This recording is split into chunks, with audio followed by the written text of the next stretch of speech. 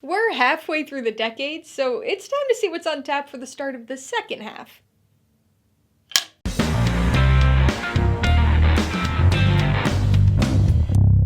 Hey everybody, welcome to Mainly Movies. It's the first Tuesday of the new year, so that means it's time to take a look ahead and talk about some of my most anticipated movies of 2025.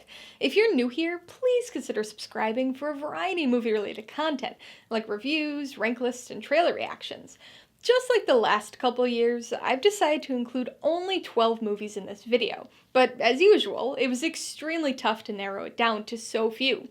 I mean, I've got nearly 60 movies that I'm looking forward to on my schedule, and that's not even counting festival films. For the 12 here on this list, I'm not even going to try to rank my anticipation, so these are just going to be presented in order of current US release date at the time of filming. Remember, these are just my personal most anticipated movies, and I imagine your list might look a bit different, so be sure to post your own most anticipated movies of 2025 in the comments below. Kicking things off with a January 17th release date, we've got Leigh Whannell's Wolfman. Following the success of The Invisible Man in 2020, Whannell is returning for another Universal Monsters reboot. Featuring Christopher Abbott as the titular Wolfman, this seems to be taking a more horror-oriented route than the 1941 original. In fact, the trailer had a bit of a Dog Soldiers vibe to it, which won me over after the fiasco that was the werewolf design reveal a few months ago. The Wolfman has never been one of my favorite Universal monsters, so I probably wouldn't have been super excited for this one in just any circumstance, but I enjoyed 2020's The Invisible Man, and I like Leigh Whannell's style, so I'm looking forward to checking this one out right before I head to Sundance. Next up is Love Hurts, which will be released on February 7th.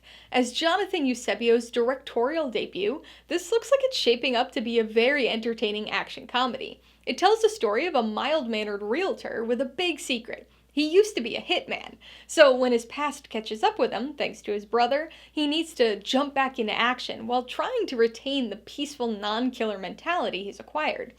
Admittedly, it feels like a familiar type of story, but what I think's really gonna elevate this one is Ke Huy Quan in the lead role. His endearing charm is gonna make this character instantly likable, and the dichotomy between that and his action skills is likely gonna be just as entertaining as it was with his role as Alpha Waymond in Everything Everywhere All at Once. Honestly, I'm just happy he's getting leading roles like this. I know I'm ready for the Quanaissance. Set to release on February 21st is Osgood Perkins' The Monkey. Fresh off the success of Longlegs last year, he's back to tackle a Stephen King story. As somebody who lives only 15 minutes away from Stephen King, it's tough not to be excited for new King movies, and they inevitably make lists like this. This one's based on the King short story of the same name, which is a good thing, because his short stories tend to translate to film much better than his novels do. This film focuses on a pair of twins, played by Theo James in a dual role, who discover a cursed cymbal-banging monkey, which kicks off a series of comedically gruesome deaths. Based on the trailer, this seems to have the same assured stylishness of Longlegs, but as a horror comedy, this looks like it's probably going to be a lot more fun. Rounding out February is My Dead Friend Zoe on the 28th. The directorial debut by Kyle Houseman Stokes, this war comedy drama stars Sonequa Martin Green and Natalie Morales, and also features Morgan Freeman and Ed Harris. This is technically a 2024 movie, having premiered at South by Southwest last March, but I'm looking forward to finally having an opportunity to see it. This one focuses on a military veteran dealing with PTSD, who tries to navigate life back at home while accompanied by the ghost of her dead friend. Even though this one's definitely got some heavy thematic undercurrents to it, it looks like it's gonna approach them in a unique and frequently funny way. So I'm looking forward to checking this one out as a birthday present to myself. Next up is Mickey 17, directed by Bong Joon-ho and releasing on March 7th. This is one of the many films that fell victim to release delays as a result of the SAG and WGA strikes last year, so it's good to see it finally getting a release. Bong Joon-ho's first movie since his Oscar-winning Parasite in 2019, this is a sci-fi dark comedy based on the book Mickey 7. Set in the future, it tells the story of Mickey, played by Robert Pattinson, who signs up to be an expendable for a company trying to colonize a new planet. Mickey is assigned the most dangerous tasks, and when he inevitably dies, a clone duplicate is created to continue the work. But what happens when a duplicate is made before the previous Mickey has died? The whole premise feels somewhat reminiscent of Sam Rockwell's Moon, but this looks like it's going to be a highly entertaining and strange sci-fi romp. Next up, maybe, is Death of a Unicorn, the directorial debut by Alex Schwartzman. I say next up maybe because this one actually doesn't have an exact release date in the US yet. But judging by a few international release dates that are already set, I think it's likely that we'll be getting this one sometime in April or maybe very late March.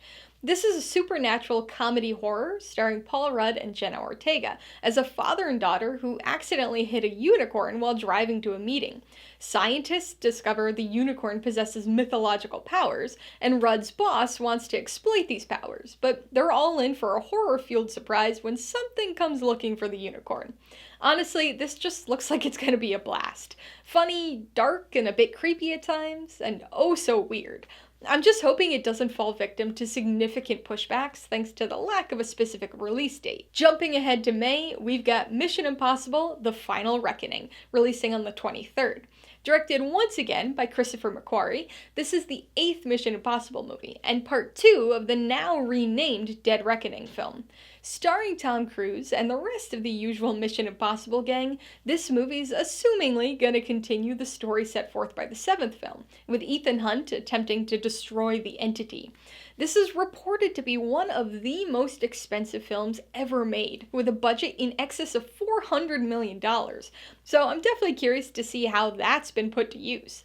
The action is always one of the biggest draws for me with the Mission Impossible movies, so I can't wait to see what they do to try to top the action of the last movie, and to see if this is truly going to be the final Mission Impossible film, as initially reported. Somehow, I doubt it. Next up, on May 30th, is The Life of Chuck, directed by Mike Flanagan.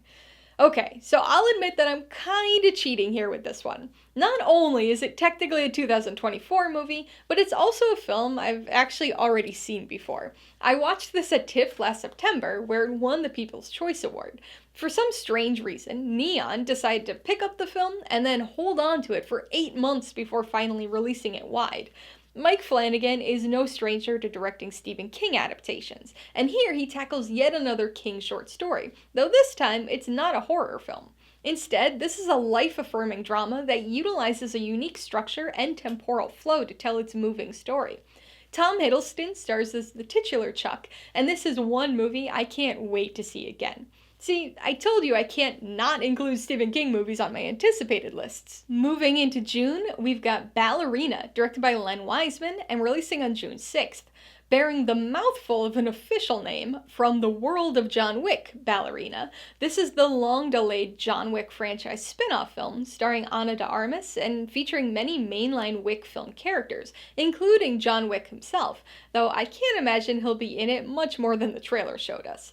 Taking place between the 3rd and 4th John Wick films, this movie focuses on a ballerina assassin as she undergoes training and eventually finds herself on her own revenge mission. I'm a big fan of the John Wick franchise, and as much as I'd like to see a Wick 5, I'm still looking forward to this spin-off. We should be seeing further expansion of this interesting assassin world building, and of course, plenty of great long-take gun-fu action in the style of John Wick. Closing out June is Megan 2.0, releasing on June 27th and once again directed by Gerard Johnstone. This is the sequel to the 2022 sci-fi horror dark comedy, Megan.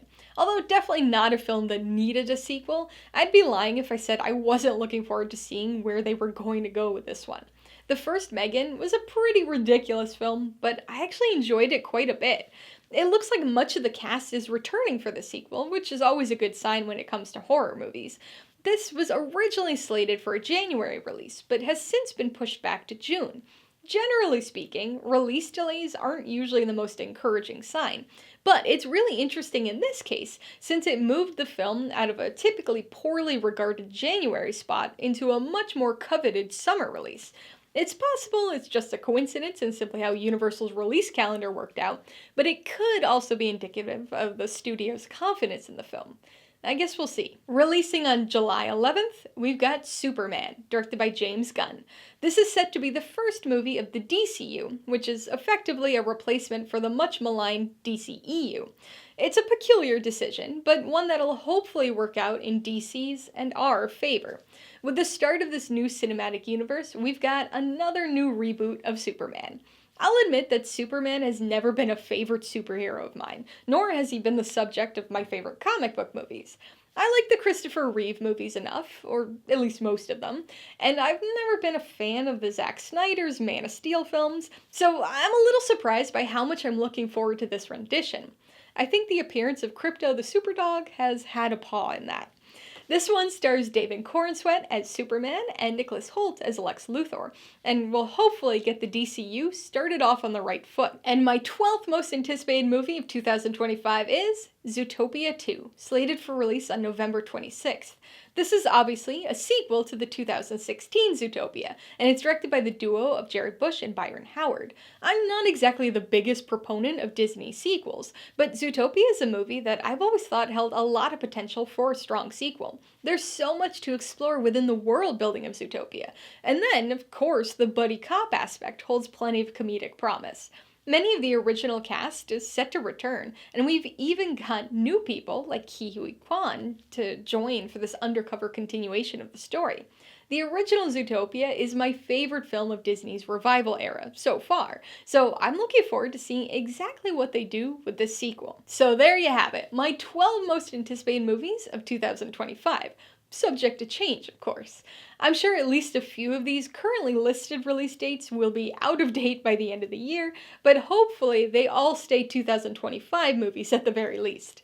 I'd love to hear what movies you're most looking forward to this year, so be sure to let me know your most anticipated 2025 movies in the comments below. As we move through 2025, I'll be watching and reviewing all the movies I mentioned here, so be sure to stop back periodically for those reviews.